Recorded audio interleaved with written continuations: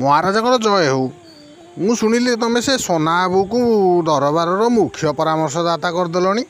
ଆଉ ଏ ନଗରରେ କ'ଣ ବିଦ୍ୱାନମାନଙ୍କର ଅଭାବ ଥିଲା ନା କ'ଣ? ମାଲିକେ ମୋ ଭଳିଆ ବିଦ୍ୱାନ ଥାଉ ଥାଉ ତା ହାତରେ ରାଜ୍ୟଭାର ଦେଇଦେଲେ କି କଥା। ବା ଧନ୍ୟ ତମେ ରାଜା, ଧନ୍ୟ ତମର ସେ ପରାମର୍ଶଦାତା। ରହିଯାଅ ତମେ, ବିଛା ମନ୍ତ୍ର ନ ଜାଣି ସାପ ନାଙ୍ଗୁରରେ ହାତ ମାରୁଛ। ସନା ବାବୁଙ୍କର ସବୁ ପ୍ରକାର ଯୋଗ୍ୟତାକୁ ପରୀକ୍ଷା କରିବା ପରେ ଦରବାରରେ ତାଙ୍କୁ ମୁଖ୍ୟ ପରାମର୍ଶଦାତାର ନିଯୁକ୍ତି ଦିଆଯାଇଛି। ହଉ ଠିକ୍ ଅଛି, ତମେ ଯଦି ସନା ବାବୁଙ୍କ ଦକ୍ଷତା ଉପରେ ଅଙ୍ଗୁଳି ଉଠାଉଛ ଆଉ ନିଜକୁ ମୁଖ୍ୟ ପରାମର୍ଶଦାତା ହେବା ପାଇଁ ଯୋଗ୍ୟ ବୋଲି ଭାବୁଛ, ତେବେ କାଲି ଗୋଟିଏ ଦିନ ପାଇଁ ପରାମର୍ଶଦାତାର କାମ କର। Bomb Chiki bomb Chiki bomb, bomb bomb Chiki Chiki. ମହାରାଜାଙ୍କର ଜୟ ହେଉ। ମହାରାଜ, ମୋତେ ଆପଣ ଡକେଇଲେ ଯେ? ହଁ ସନା ବାବୁ, କାଲି ଗୋଟିଏ ଦିନ ଆପଣ ଟିକେ ଘରେ ବିଶ୍ରାମ ନିଅନ୍ତୁ। ଯଦି ଦରକାର ହୁଏ ମୁଁ ଆପଣଙ୍କୁ ଦରବାରକୁ ଡକେଇବି। ମହାରାଜାଙ୍କର ଜୟ ହେଉ। ମୁଁ ଆଜି ଗୋଟେ ଦିନ ପାଇଁ ମୁଖ୍ୟ ପରାମର୍ଶଦାତା। ମୋତେ ତ ସେ ନାୟକ ଫିଲ୍ମର ଅନିଲ କାପୁର ଭଳିଆ ଲାଗିଲାଣି। ମନ୍ତ୍ରୀ ମହୋଦୟ, ଚାଲ ଚାଲ, ଦରବାରରେ କ'ଣ ଟିକେ ଡ୍ରେସ୍ ପ୍ୟାଣ୍ଟ ଥବ ମୋତେ ଟିକେ ଦେବ, ମୁଁ ପିନ୍ଧିବି। ଏ ଦରବାରରେ ଲୁଙ୍ଗି ଗାମୁଛାରେ କିଏ ଗୋଟେ ଦେଖିବ କ'ଣ ଭାବିବ?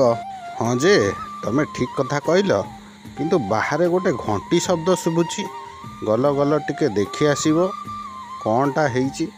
ରୂପା ଶଗଡ଼ିରେ ସୁନା କନିଆ, ରୂପା ଶଗଡ଼ିରେ ସୁନା କନିଆ।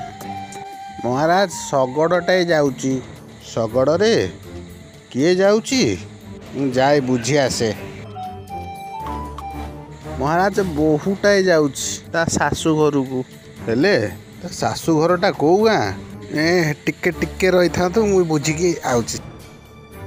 ତା ଶାଶୁଘର ନା ବଳିଆପଲ୍ଲୀ। ମହାରାଜ, ଏ ବଳିଆପଲ୍ଲୀ ହେଉଛି ଗୋଟେ ନଈକୂଳିଆ ଗାଁ, ଆଉ ଏଠୁ ବହୁତ ଦୂର। ସେ ଶଗଡ଼ିଆ କେତେବେଳେ ଯାଇକି ବଳିଆପଲ୍ଲୀରେ ପହଞ୍ଚିବ? ଟିକେ ରୁହ, ମୁଁ ବୁଝି ଆସେ। ଥାଉ, ତମର ଆଉ ଯିବା ଦରକାର ନାହିଁ। ସେ ଯେତେବେଳେ ପହଞ୍ଚୁଛି ପହଞ୍ଚୁ। Bomb Chiki bomb Chiki bomb, bomb bomb Chiki Chiki. ମହାରାଜାଙ୍କର ଜୟ ହେଉ। ମହାରାଜ, ଆପଣ ମୋତେ ଡକେଇଲେ? ହଁ ସନା ବାବୁ, ମୁଁ ଆପଣଙ୍କୁ ଡକେଇଲି। ବାହାରେ ଘଣ୍ଟି ଶବ୍ଦ କ'ଣ ହେଉଛି? ଟିକେ ଯାଇ ଦେଖି ଆସନ୍ତୁ ତ। ବମ୍ ଚିକି, ହଉ ମୁଁ ଏଇ କ୍ଷଣି ଦେଖି ଆସୁଛି ମହାରାଜ। ମହାରାଜ ଭଲ ଆଉ, ସନା ବାବୁ ଯାଇଛନ୍ତି ଖବର ନେବାକୁ ଆଉ। ଏତେବେଳକୁ ମୁଁ ଯାଇ 5ଟା ଖବର ନେଇକି ଆସନ୍ତୁଣି। ଆଉ ଆପଣ ଆଖି ବୁଝିକି ତ ତାକୁ ଦରବାରର ମୁଖ୍ୟ ପରାମର୍ଶଦାତା କରିଦେଇଛନ୍ତି ଆଉ। ବମ୍ ଚିକି, ମହାରାଜ କ୍ଷମା କରନ୍ତୁ, ଟିକେ ମୋର ବିଳମ୍ବ ହେଇଗଲା। ମୁଁ ସେ ଶଗଡ଼ ଚାଳକଠୁ ଯାହା ତଥ୍ୟ ସଂଗ୍ରହ କଲି, ସେମାନେ ଏଇଠୁ ବହୁତ ଦୂର ବଳିଆପଲ୍ଲୀ ନାମକ ଗାଁକୁ ଯାଉଛନ୍ତି। ବୋହୂଟିଏ ତା ବାପ ଘରକୁ ବୁଲିବାକୁ ଆସିଥିଲା, ଆଉ ଆଜି ଫେରୁଛି ତା ଶାଶୁ ଘରକୁ। ମୁଁ ବଳଦ ପାଇଁ ଚାରା ବ୍ୟବସ୍ଥା କରିଦେଲି, ଆଉ ସେ ଦୁହେଁ ମଧ୍ୟ ବହୁତ ଭୋକିଲା ଥିଲେ। ସେମାନଙ୍କ ଖାଦ୍ୟ ବ୍ୟବସ୍ଥା କରିଦେଲି। କିଛି ସମୟ ବିଶ୍ରାମ ପରେ ସେମାନେ ସନ୍ଧ୍ୟାବେଳେ ବଳିଆପଲ୍ଲୀରେ ପହଞ୍ଚିଯିବେ।